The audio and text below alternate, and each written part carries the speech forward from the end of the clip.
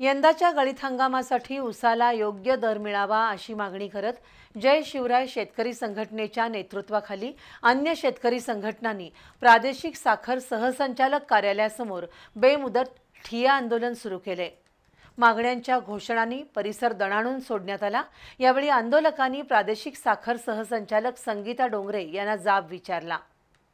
ऊस दराचा तिढा अजूनही कायम आहे। मागील हंगामातील तोडणी झालेल्या ऊसाचे प्रति टन 200 रुपये साखर कारखान्यांनी द्यावेत।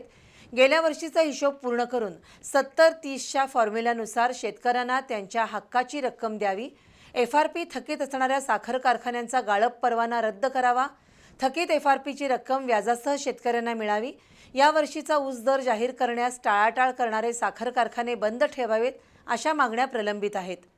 या मागण्यांकडे लक्ष वेधण्यासाठी जय शिवराय शेतकरी संघटनेच्या नेतृत्वाखाली कोल्हापुरातील मध्यवर्ती बस स्थानक परिसरातील बाळासाहेब देसाई यांच्या पुतळ्यासमोर बेमुदत ठिय्या आंदोलन सुरू करण्यात आले।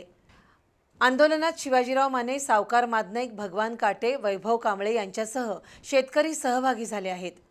मराठा महासंघाचे राष्ट्रीय उपाध्यक्ष वसंतराव मुळीक यांनी या आंदोलनाला पाठिंबा दिला।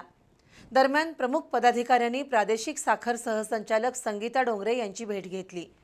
शेतकऱ्यांचे प्रश्न प्रलंबित असताना साखर कारखाने सुरू झाल्याबद्दल डोंगरे यांना जाब विचारण्यात आला।